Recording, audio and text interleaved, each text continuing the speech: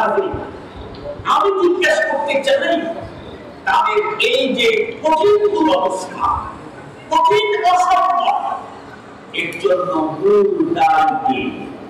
কথা বলেন না, কথা বলেন না কেন? নিজেরাই দান।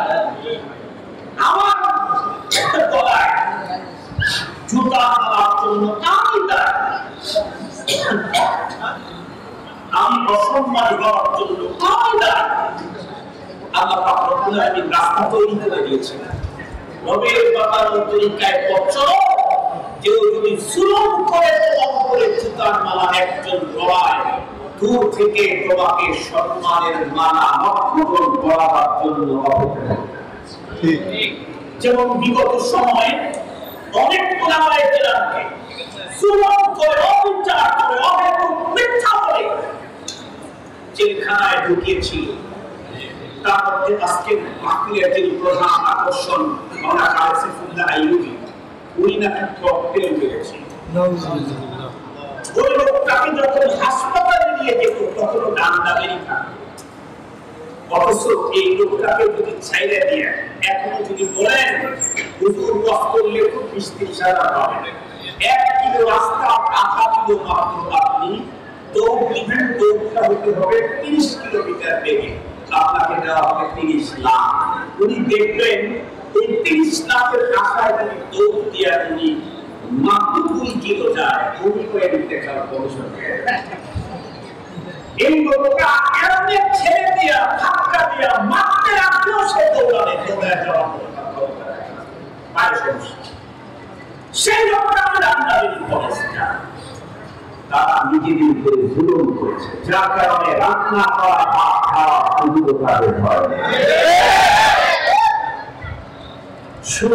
শুধুই যে ব্যাপার তাদের সাথে হবে তা নয়, আমরাও যদি তাদের পথ অবলম্বন করি তাহলে আমাদের জন্য একই হবে। কথা বলে যাবে আমাদের জন্য সেদিকে দেখতে চাই। আল্লাহ পাকের কোরআনে আল্লাহ তাআলা কি বললেন? যেদিন আসমান আর জমিন তৈরি করেছি সেই দিন আমি 12 মাসের মধ্যে 4টাকে সর্বাধিক মর্যাদা করে নেওয়া আল্লাহ পাকের কথা। এখন আসে আমাদের দেশে বর্তমানে মুহররম হারাম মাস আসলে অধিকাংশ মুসলমান মনে করে মুহররমের মাস মানেই কারবালার মাস। কি বললাম? মুহররমের মাস মানেই বিশ্বনবী সাল্লাল্লাহু আলাইহি ওয়াসাল্লামের নাতি পবিত্র মুহাম্মদ ওনাদের দুনিয়া থেকে নির্মমভাবে বিদায় করে দেওয়ার মাস। এই কথাটা আমরা অনেকে মনে করি এবং মুহররমের 10 তারিখটা মূলত এত বেশি মর্যাদা মূল হলো কারবালার এই ঘটনা, মর্মান্তিক হৃদয় বিদারক ঘটনা ঘটে যাওয়াটাই এই মাস আর এই তারিখটা মর্যাদা দেওয়ার জন্য কারণ। এই কথাটা মনে করেন তাদেরকে আমি বলছি হযরতে ইমাম হুসাইন আমাদের নবীজি এমনকি আদম পয়গম্বর তৈরিও অনেক আগে আল্লাহ পাকের ঘোষণা সিদ্ধান্ত মাস হবে আরবি 12টা, এর মধ্যে মর্যাদায় উত্তীর্ণ মাস হবে 4টা। তার উপরে মর্যাদায় প্রথম হলো রমজানুল হারাম। হুসাইন রাদিয়াল্লাহু আনহু এর কথা ওনার নানাবি আমাদের জীবনের চাইতেও বেশি প্রিয় মহানবী মুহাম্মদ রাসূলুল্লাহ সাল্লাল্লাহু আলাইহি ওয়াসাল্লাম।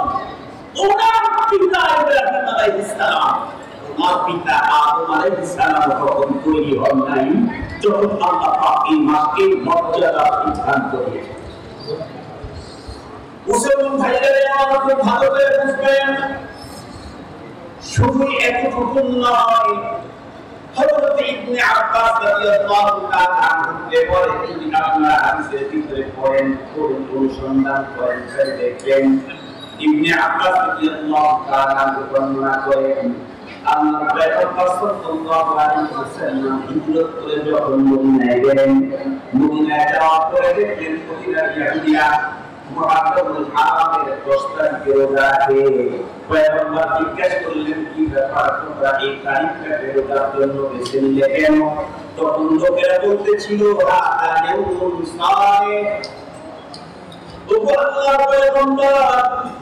মুহররমের 10 তারিখটা বেরোবার জন্য বেছে নিয়েছি, তার কারণ হলো এই দিনটা অনেক অনেক অনেক মর্যাদাপূর্ণ দিন। কেমনে মর্যাদাপূর্ণ দিন?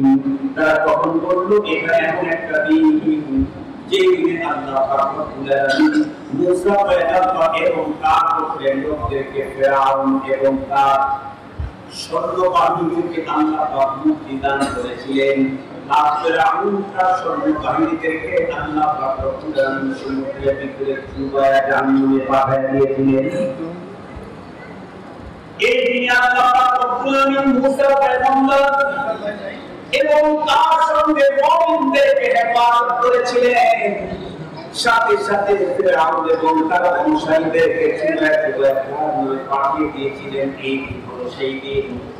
এই কারণে হযরত মুসা পয়গম্বর সাল্লাল্লাহু আলাইহি ওয়াসাল্লাম যতদিন পর্যন্ত পৃথিবীতে বেঁচে ছিলেন ততদিন পর্যন্ত এই দিনে রোজা রাখতেন। আমরা সেই পয়গম্বরের অনুকরণে আমরাও রমজান আমরাও মুকাদ্দামুল হারামের 10 তারিখে রোজা রাখি। এই কথা শুনে আমার পয়গম্বর তখন উত্তর দিলেন আনা আহাব্বু ওয়া আউলা মিনকুম বিমূসা আলাইহিস সালাম। নবী বললেন তোমাদের চাইতে আমি মুসা পয়গম্বরের এই আলোকারের অনুকরণের জন্য বড় হকদার। আমি সবচেয়ে বড় হকদার। কেন বললেন?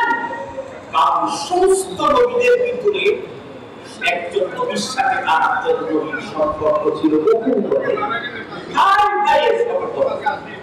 আপনারা বিশুদ্ধ হাদিস বুখারী শরীফ থেকে নিজের পরিচিতি দিতেছেন, তাহলে মেরাজের হাদিস পড়ে দেখবেন।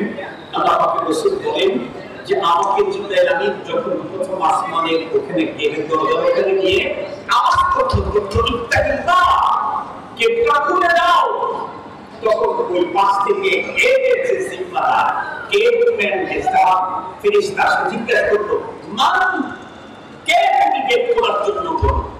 হযরত জিবরাইল আমিন উত্তর করলেন আনা জিবরিল, আমি জিবরাইল গেট খোলার জন্য বলতেছি। ওই পাশ থেকে তখন জিজ্ঞাসা করলেন মাওলা আপনি তো জিবরাইল, কিন্তু আপনার সাথে দেখা যাচ্ছে উনি কে? সুবহানাল্লাহ বললেন সুবহানাল্লাহ। অথচ একটা আসমানের গভীরতা কতটুকু তা জানেন? এই জমিন থেকে প্রথম আসমানের দূরত্ব 500 বছরের রাস্তা, একটা আসমানের গভীরতা হলো আরো 500 বছরের রাস্তা।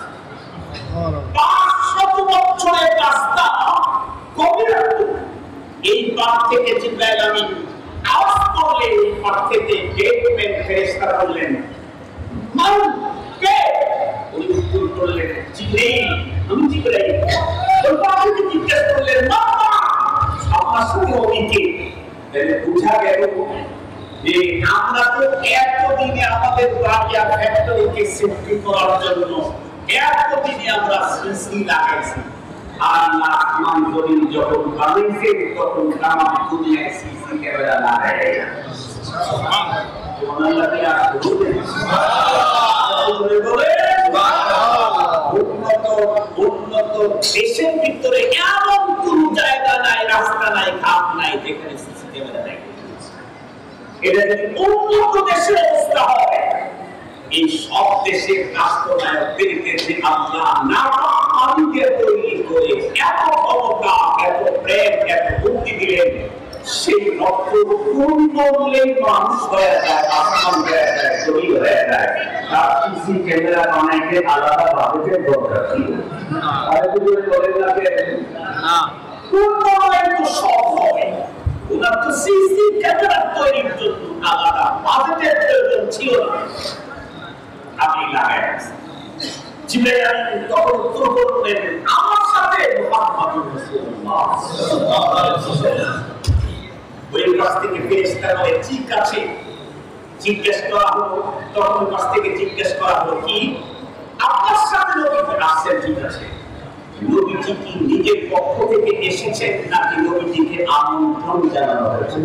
আল্লাহু আকবার। গেট দেখবেন কত সত্য কত স্পষ্ট মুহাম্মদুর রাসূলুল্লাহ সাল্লাল্লাহু আলাইহি ওয়াসাল্লামের কথা শুনে জিজ্ঞাসা করে উনি কি নিজের পক্ষ থেকে এসেছেন নাকি তোমাকে আমন্ত্রণ করা হয়েছে আসমানের পক্ষ থেকে? জিবরাইল আলাইহিস উত্তর করলেন, জি আমি নিজে আসি নাই, আমাকে আনার জন্য পাঠানো হয়েছে। সুবহানাল্লাহ। গেট খুলে দিলেন। নবীজি বলেন, প্রথম আসমানে গিয়ে আমার সাথে আমার ভাই মুহাম্মদ নবীর সাথে দেখা হলো। দ্বিতীয় আসমানে আমার ভাই মুহাম্মদ নবীর সাথে দেখা হলো। শুধু দুই নবীর ব্যাপারে পয়গম্বর বলেছেন আমার বাবার সাথে দেখা হলো। একজন হচ্ছে আদম আলাইহিস সালাম, আরেকজন হচ্ছে ইব্রাহিম আলাইহিস সালাম। সেই দেশ থেকে এক নবী আর আরেকটির সাথে সম্পর্ক হচ্ছে আত্মিকের সম্পর্ক তাই নাই। খুব ভালো করে বুঝবেন কথা কই। বিশ্বনবী সাল্লাল্লাহু আলাইহি ওয়াসাল্লাম মুহাররমুল হারামের 10 তারিখে বন্ধু আমাদের কাছে রাখলেন। তারপরে বুঝবেন কথা বলি আশুরা, এটা হলো আশা শব্দ থেকে আমাদের দেশের যত মানুষ সমাজ পালন করতে যায় অথবা আরো ক্রান্তিতে যারা যায় দেখবেন তারা অন্য কোন আগে না শিখলে মিটিংটা 40 দিনে শিখে আসে। একটা লোক ঠিক বললাম আপনি করেন কিচ্ছু মূর্খ কিন্তু এখানে শিখে আসে কেন?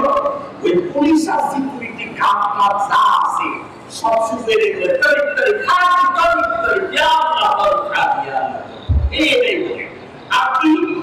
আপনি যে ফুটপাতের দোকানেও যদি যান ইয়া দেখবেন সেখানে কিছু মহিলারা বসে থাকে, দোকান দিয়ে কিছু ছেলেরাও বসে থাকে। ওরা আমাদের দেশে যেমন শীতের সময় বলে 20, 40, 40, 40 সৌদি আরবে কি বলে আসা আসা আসা খামসা আসা খামসা আসা খামসা আসা খামসা খামসা খামসা ওখানে খামসা খামসা কি বলে না যে খামসা খামসা মানে হলো খামসা দিতে গেলে তো পাখা দিতে হয় কি বলেন বাংলা খামসা দিতে গেলে ওরা এমন লাগে তো পাখা লাগে। আরবি খামসা মানে হলো বাস, খামসা মানে কি বাস, এখান থেকে খামসা খামসা আসা খামসা আসা তার মানে বলে আর আসা মানে 10 যেটুকু বাংলাতে 10 আরবিতে আসা 10 এটাকে আরবিতে বলা হয় আশুরা বাংলাতে 10 মুহাররমুল হারামের 10তম তারিখটাকে আশুরা বলা হয়। এই আশুরা রোজা হযরত মুসা আলাইহিস সালাম পালন করতেন। নবী ইসলাম মদিনাতুল মুনাওয়ারায় হিজরত করে দেখেন তারা পালন করে নবীজি জানতে চাইতে জানালো নবীজি বললেন আনা ও বাউতা বিকুল্লি মুসা তোমাদের চিন্তা আমি মুসা পয়গম্বরের অনুকরণে বেশি হকটা নবীজি দাঁড়ায়। খুব ভালো করে কথা বলবেন। শুধু কি বলাই রাখলেন না, বরং নবীজি কথা বললেন নবীজিকে জিজ্ঞাসা করা হলো। একজন জিজ্ঞাসা করছে নবীজি আপনার রোজা কি পরিমাণে দাম হতে পারে? নবী ইসলাম উত্তর করলেন ইন্নী আহতাসিবু আলাল্লাহ আন ইউকাফিরা সালাতাল্লাতি ক্বাবলা আসলে এই রোজা দিয়া এক বছর পূর্বে সমস্ত কবিরা গুনাহ মাফ হয়ে যায়। সুবহানাল্লাহ। বিশ্ব নবীজি আরো কি বলেন? আল্লাহর পয়গম্বর বলেন আফদালুস সিয়াম বা'দা রমাদান শাহরুল্লাহিল মুহাররম ওয়া আফদালুস সালাতি বা'দাল ফরিদাতি সালাতুল লাইল। আল্লাহর হাবিব বলেন রমজানের পরে সবচেয়ে গুরুত্বপূর্ণ ফজিলতপূর্ণ রোজা হলো আল্লাহ পাকের মাস মুহররমুল হারামের 10 তারিখ বন্ধুরা আমার আশুরা রোজা মুহররমের রোজা সবচেয়ে বেশি মর্যাদাপূর্ণ রমজানের রোজা পরে আর ফরজ নামাজের পরে আল্লাহর কাছে সবচেয়ে বড় দামি নামাজ হলো বন্ধুরা রাতের নামাজ। আল্লাহু আকবার। আল্লাহ কোরআন পাক নিজে বলেন ওয়া মিনাল লাইলি ফাতাহাজ্জাত বিহি নাফিলাতান লাকা আসা আন ইয়াবাতাকা রাব্বুকা রাহমাতান মাহমুদা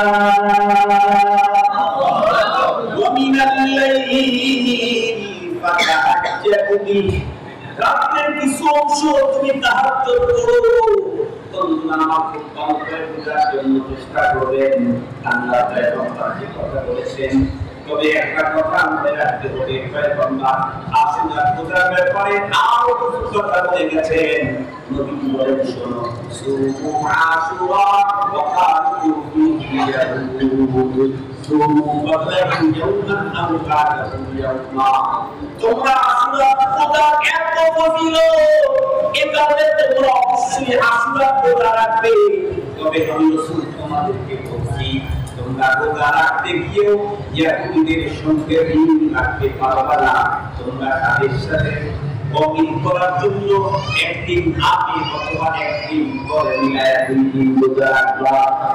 একদিন আগে মানে 9 তারিখ 10 তারিখ, একদিন পরে মানে 10 তারিখ আর 11 তারিখ।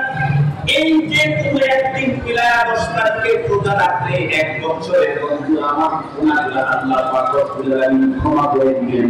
তবে বন্ধুরা আমার আরেকটা কথা এখানে আমাদেরকে বুঝতে হবে, 9 তারিখ আর 10 তারিখ, 10 তারিখ আর 11 তারিখ যে কোন একটা সঙ্গে মিলাইলেই হবে। তবে উত্তম কোনটা?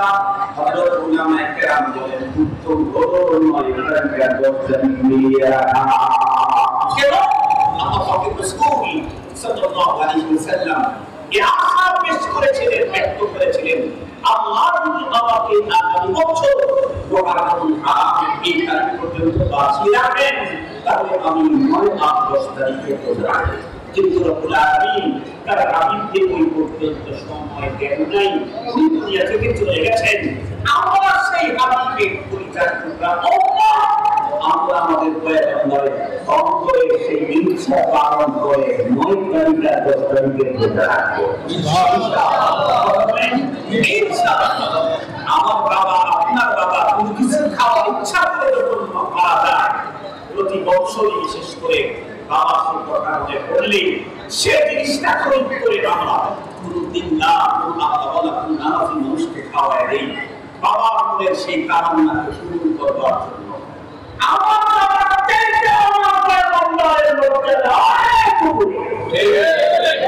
আল্লাহ পাকের কোরআন আল্লাহ পাক স্পষ্ট করেন, কুল ইন কানা আবাউকুম ওয়া আবনাউকুম ওয়া ইখওয়ানুকুম ওয়া আযওয়াজুকুম ওয়া আশীরাতুকুম ওয়া আমওয়ালুন ইক্তারাতুমুহা ওয়া তিজারাতুন তাখশawna kasadaha ওয়া মাসাকিন তারদাউনাহা আ'adda ইলাইকুম মিনাল্লাহ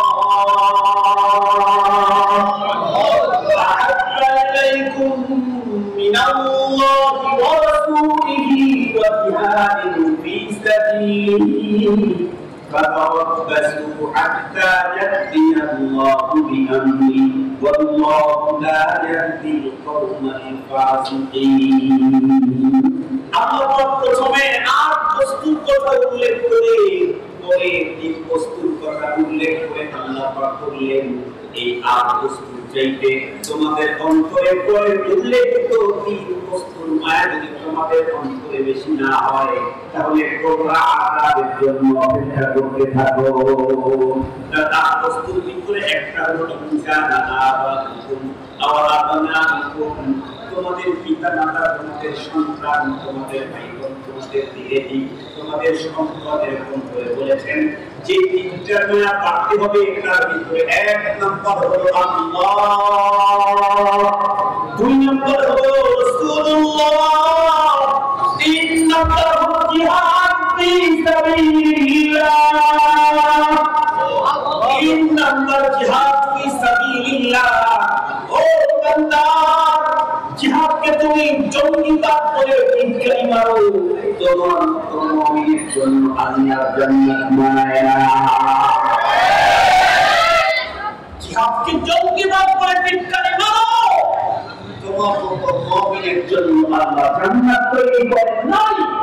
আল্লাহ কোরআন স্পষ্ট বলে দিয়েছেন, তোমার বাবার চাইতে, তোমার মার চাইতে, তোমার সন্তানের চাইতে, তোমার সম্পদের চাইতে, তোমার বসবাসের ঘরের চাইতে, তোমার ব্যবসা বিজনেসের চাইতে আল্লাহর রাস্তায় জিহাদ তোমার কাছে বেশি প্রিয় হতে হবে।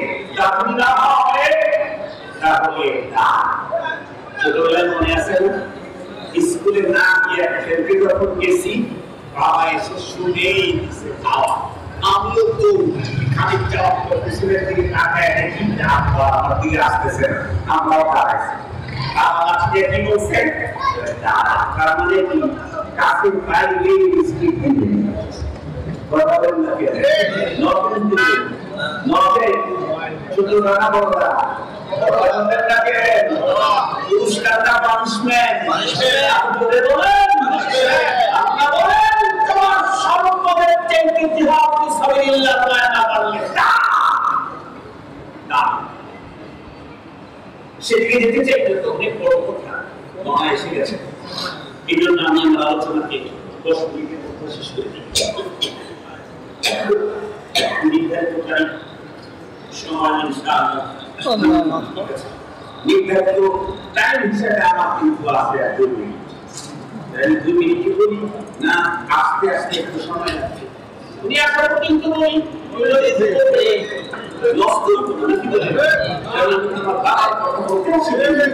আমি তোমার দাদার গল্প শোনাই নেই, গল্প শুনেছি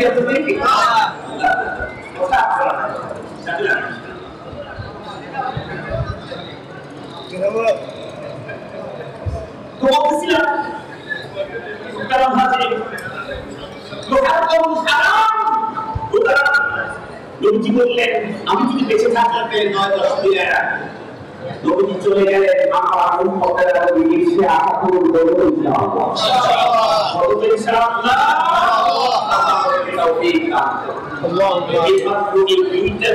আমাকে আল্লাহ দিবেন কি এক বছরের সমস্ত শরীরে গুনাহকে আল্লাহ ক্ষমা করে দিবেন মাত্র 2 দিন। সুবহানাল্লাহ আমাদের থেকে সিয়াম তৌফিক দান করুন। এখন প্রভু দেখি নবীজি মদিনায় গিয়েই দেখলেন তখনকার মানুষ এই দিকটাকে মূল্যায়ন করে এত মর্যাদা দেয়। পয়গম্বর নিজে প্রথম দিলেন না মুসা রাসূলুল্লাহ থেকে দেওয়া শুরু করছেন। মুসা রাসূলুল্লাহ কি মুহাম্মদ সাল্লাল্লাহু আলাইহি ওয়াসাল্লামের আত্মপ্রযুক্তি পয়গম্বর না তার পূর্বে পয়গম্বর পূর্বে নবীজি আগে ছিলেন ঈসা আলাইহিস সালাম, তারও আগে মুসা আলাইহিস সালাম। মুসা ইসলাম ওই সময় থেকে পালন করেন এই দিনের মর্যাদা সেই সময় থেকে। তবে এই দিনে হযরত রাসূল কারীম সাল্লাল্লাহু আলাইহি ওয়াসাল্লামের পরিজাত টুকরা আহলে বায়াত আহলে বাইত যারা তার ফ্যামিলির সদস্য যারা তাদের অনুমতি এই দিনে ভয়ঙ্কর আঘাতের ঘটনা নিঃসন্দেহে তাদের মর্যাদাকে আরো বাড়িয়ে দিয়েছে। তবে আশুরায় কারবালায় আশুরা নয়, মনে রাখবেন ইনশাআল্লাহ। সেই দিকে আমরা যেতে চাই না। আমার কথা হলো এই দিনে পুরো মুকাদ্দামুল হারাম মাসে আমার রাসূল আমাকে কি করতে বলেছে। আমার রাসূল এই পুরো মাসের মধ্যে শুধুই 2 দিনের রোজা রাখার ওয়াদা করেছেন। কোন রাত্রি পালনের কোনো বিধান নাই, অন্য কোনো কাজ করবার কোনো পারমিশন নাই। বাকি জানাবেন আর সজ্জা করবেন, হামরতি বানাবেন, তাজিয়া করবেন, ঈদ চিনবে না খাবে না তাই হোসাইন করবেন। কোনো পারমিশন নেই। ইসলাম পারমিশন দেয় নাই, আমার জন্য পারমিশন নাই। এগুলি করবো তো খোদায় পাকের ফজলের ভিতরে করবো। আপনি বলে দিবেন ফালা তাকুফি বিনা আনফুসাকুম খবরদার সারা বছর এর মধ্যে আল্লাহ করতে দাও তোমার প্রচার না। সারা মাসে সারা বছর তো অপরাধ করা যায় না, বিশেষ করে এই 4 মাস আর করা যায় না। বলতে দেখি তামাম জমিন কা আল্লাহ, তামাম জমিন কা আল্লাহ। জমিনের কোন জায়গায় অপরাধ করা যায় না, এই মসজিদের জমিন জায়গা আল্লাহ। বাইরে যে অপরাধ করতে পারবে, মসজিদে এসে কি সেই অপরাধ করতে পারবে না? পুরা জমিন আল্লাহ হলেও মসজিদের জমিনের যেমন মর্যাদা অনেক বেশি। বাইরে একজন লোক জিনা করতে পারলেও মসজিদে করতে পারে না। বাইরে একজন লোক একজনের উপরে মারধর করতে পারলেও মসজিদে তা করতে পারে না। অন্য মাসে কেউ আল্লাহকে লঙ্ঘন করলেও মহাগমন খারাপ করতে পারে না। এটা সর্বাধিক পর্যায়ে অনেক বেশি মর্যাদা। স্পেশাল বক্তব্য আলা তাসলিমু ফিহিন্না আনফুসাকুম, স্পেশাল বক্তব্য এই মাসগুলির ব্যাপারে। আমরা আমাদের আগে প্রদর্শন করতে গিয়ে কখনোই শরীয়তের কোন হুকুম আমি অনুকূল করব না। এর দ্বারা দুনিয়া এবং আখিরাতের লাঞ্ছনা বঞ্চনা ব্যথা পেতে হবে কাকে? নিজেকে, আমাকে। আল্লাহ পাক আমাদেরকে কতদিন বুঝা করতে চান। আল্লাহুম্মা আমিন। দুইটা কথা বলে শেষ করে দিচ্ছি। একটা কথা শুরু পেলে একটা বলবো, দুইটা কথা শুরু পেলে দুইটা। এক নাম্বার কথা বলবো, আল্লাহ পাক রাসূল কি বললেন? এত দামি রোজা, আসুরার রোজা, সব অনেক রাত বলে সাথে সাথে বললেন খবরদার ইহুদিদের সাথে মিল তারা একটা রাখে রোজা করে না, খবর দুইটা। এবার আসুন রোজার মতো ইবাদত, যে ইবাদতের জাযা সম্পর্কে রমজানের রোজার ব্যাপারে আল্লাহ নিজেই বলেন হাদিসে কুদসি, ইন্না সাওম ফাইন্নাহু লি ওয়া আনা আজজি বিহি আও তুকরাবেন। বিশ্ব নবীজি বলেন, আল্লাহ পাক নিজেই বলেছেন বানি আদমের প্রতিদিনে আমলের মর্যাদা এত থেকে এত হয়ে যায়। তবে রোজা এমনই একটা আমল যে রোজা বান্দা আমার জন্যই রাখে, এ কারণে রোজার প্রতিদান স্বয়ং আল্লাহ আমি নিজেই হয়ে যাব। রোজা কেন ফরজ করেছিলেন রব্বুল আলামিন? তারা বলেন কেন ফরজ করেছেন? আল্লাহ বলেন, ইয়া আইয়ুহাল্লাযীনা আমানু কুতিবা আলাইকুমুস সিয়াম কামা কুতিবা আলাল্লাযীনা মিন ক্বাবলিকুম লাআল্লাকুম তাত্তাকুন। আল্লাহ বান্দাকে তার বন্ধু বানাবার জন্য রোজার বিধান দিয়েছেন। যে বিধানকে আল্লাহ বান্দা আল্লাহ বন্ধু হয় এমন গুরুত্বপূর্ণ বিধান হলো সিয়াম। সেই সিয়ামেরই বন্ধু আমার একটা হলো আশুরার রোজা। অথচ এই রোজা রাখতে গিয়েও আল্লাহ বললেন, ও আমার মুসলমান মুত্তাকি উম্মতের দল, খবরদার এত বড় দামি ইবাদত করতে গিয়ে ইহুদিদের সঙ্গে মিলে না যা। ইবাদতের এত দামি ইবাদত, যে ইবাদতের জাযা স্বয়ং আল্লাহ নিজে দিবেন, অথবা নিজেই তার জাযা হয়ে যাবে। এত দামি ইবাদত করতে শরীয়ত কি বলল? নবী কি বললেন? তুমি বললেন খবরদার এখানে এত দামি ইবাদত করতে ইহুদিদের সাথে সামঞ্জস্যতা না হয়। তাহলে আমি কি করতে চাই? তাহলে আমি আমার পাঞ্জাবি ইহুদিদের কাহিনী বানাবো দরকার। আমার মেয়েটা শিক্ষা দীক্ষা তাদের মতো করে করবে না। এখন কথা বলেন না কেন? কথা বলেন না কেন? ঘর সাজানো কি পশ্চিমাদের মতো সাজানো দরকার? আমার সন্তানের ড্রেসটা ইহুদিদের মতো হওয়া দরকার।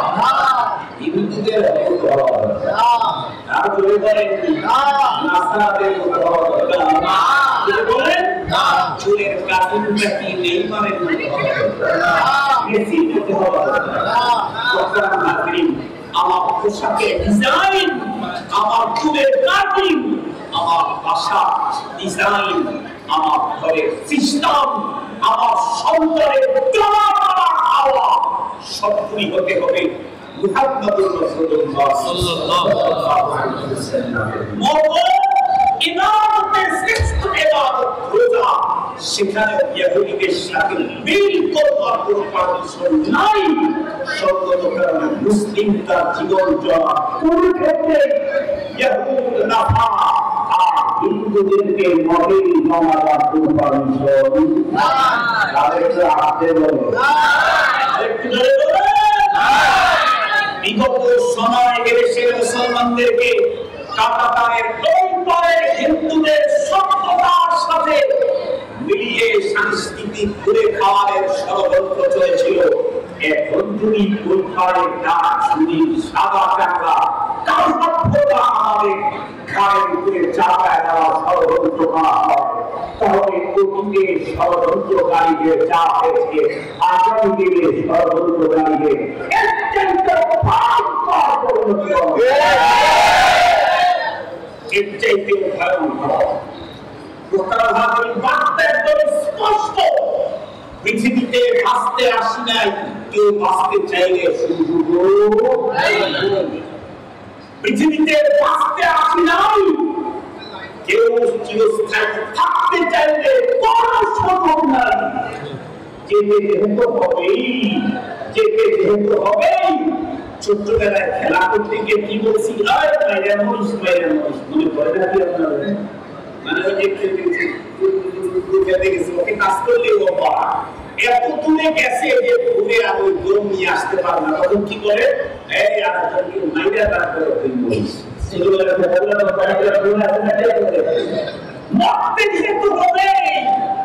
ইসলামের বিপক্ষে যদি কেউ অবস্থান নেয় তাকে খাতির করে ঘরের ভিতরে হুদা হয়ে করতে রাখি না। স্পষ্ট মৃত্যু তো আসবে, মৃত্যু তো আসবেই। মৃত্যুটা যেন আমার এমন হয়, আমার মৃত্যু হইতে দেরি হবে, তবে পক্ষ থেকে আমাকে পুরা সাথে সাথে জান্নাতে বরণ করতে দেরি হবে। এমন বরণ চাই, এমন বরণ চাই। বার্তা স্পষ্ট। আমরা কেবলমাত্র মুহাম্মদ রাসূল সাল্লাল্লাহু আলাইহি ওয়াসাল্লামের শিক্ষা সংস্কৃতি আমাদের জীবনে বাস্তবায়ন করব। আমার সন্তানকে পয়গম্বরের তাহসিন আর তামাদ্দুন শিক্ষা দিতে হবে। নতুন সিটির নতুন ভদ্র ভাইয়েরা মনে রাখবেন, সন্তানকে যদি আল্লাহর পাঠানো পদ্ধতি না শিখান, সন্তান শুধু রব থেকেই দূরে চলে যাবে না, বরং ওই সন্তান আপনাকে আপনার ঘর থেকে বের করে বিদ্যার করে পাঠাবে। ও শুধু রব থেকে দূরে চলে যাবে না, আপনার কষ্টে মুক্তির ঘর থেকে বের করে আপনাকে রাস্তায় ফেলে দিয়ে আসবে। ঘটনা কি বাংলাদেশে অস্বাভাবিক না দৈনিক দিনের ঘটনা?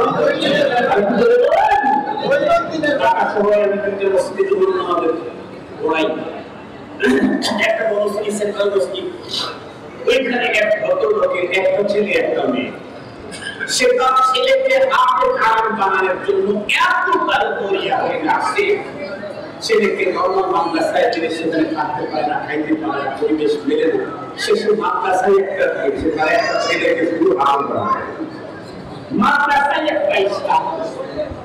তো আমি বলে একদিন মোহাম্মদপুর কাছের মানুষ, বয়স অনেক ছোট, আমাকে বলে তুমি বলে কি ব্যাপার, আপনি রাজধানীতে থাকেন, ইয়েতে থাকেন, একটা মাত্র সন্তান তাকে আপনি হুজুর বানাইতেছেন এবং হুজুর কেন হচ্ছে না পেরে খান, প্রতিদিন দোয়া নেন, প্রতি সপ্তাহে ছেলেকে সাথে করে নিয়ে আসেন। শেষ পর্যন্ত একটা সন্তানকে হাফেজ বানানোর জন্য মাদ্রাসায় একটা শুরু করে দিলেন, প্রতি মাসে একটা মাদ্রাসায়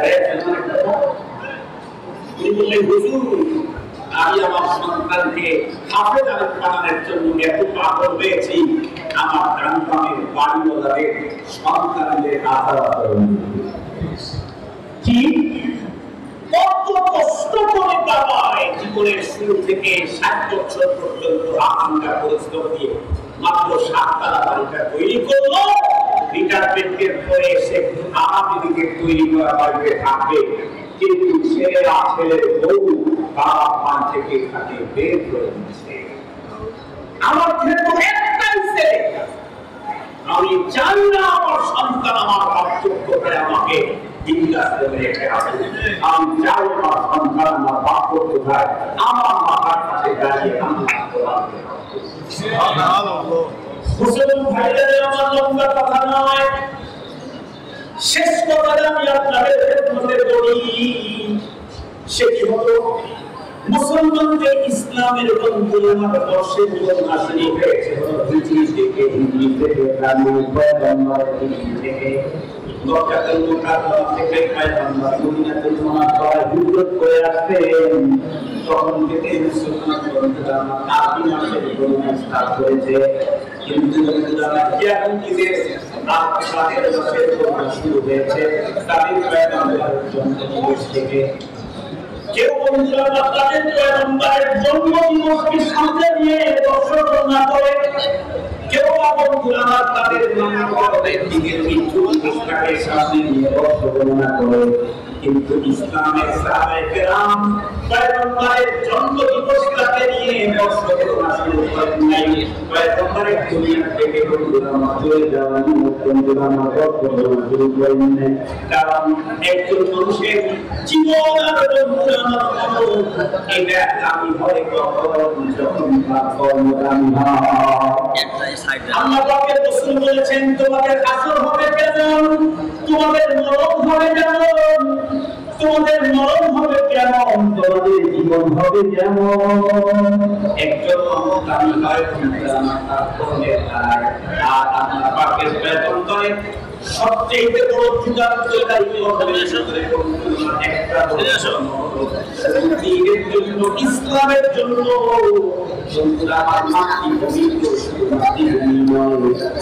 খানায় কাবার জমিন, সাফা মারওয়ার জমিন, মিনা মুজদালিফার জমিন, ও মুসলমান আরাফাত জমিনকে পর্যন্ত ত্যাগ করে পয়গম্বর চলে গেলেন আল্লাহর দ্বীনের জন্য। বন্ধুরা সেই কর্মটাকে দেন পর্যন্ত মুসলমান যাবে, এটা তাদের মাথায় রাখে, তাদের মাথায় যেন থাকে আমার আল্লাহর দ্বীনের জন্য মাটি ছেড়েছেন, আল্লাহ ঘরে এগিয়ে চলেছেন, মিনাতুল কালিমা সাফা মারওয়া ছেড়েছেন। আমরা দ্বীনের জন্য পৃথিবীর সব গুনাহকে ছেড়ে দিতে পারি, কিন্তু অবস্থাতেই দ্বীন থেকে দূরে যেতে পারি না। আমাদের আজকে আমাদের কাছে এই জিনিস সব প্রথম অক্ষর হলো মুহাম্মদুর রাসূল বিশ্বনবী সাল্লাল্লাহু আলাইহি ওয়াসাল্লাম জিনিসটাকে নিয়ে আসে। আপনি অশেষ গণনা এখান থেকে আমাদের কাছে শপথ গ্রহণ করতে হবে, সব থাকতে পারি, দিন আর দিন রাতের কখনো থাকতে পারি না, সব দিন আর দিন রাত থেকে কখনো ভাবতে পারি।